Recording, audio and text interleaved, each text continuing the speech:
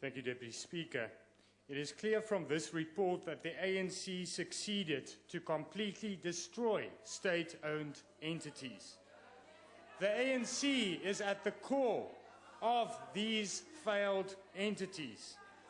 The department and the executive as a whole failed to do the necessary oversight and prevent the looting from happening. Consequences are lacking.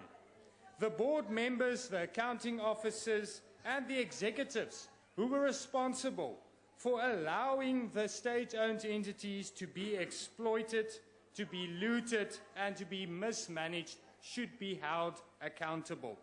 These state-owned entities are nothing else than black holes for taxpayers' money.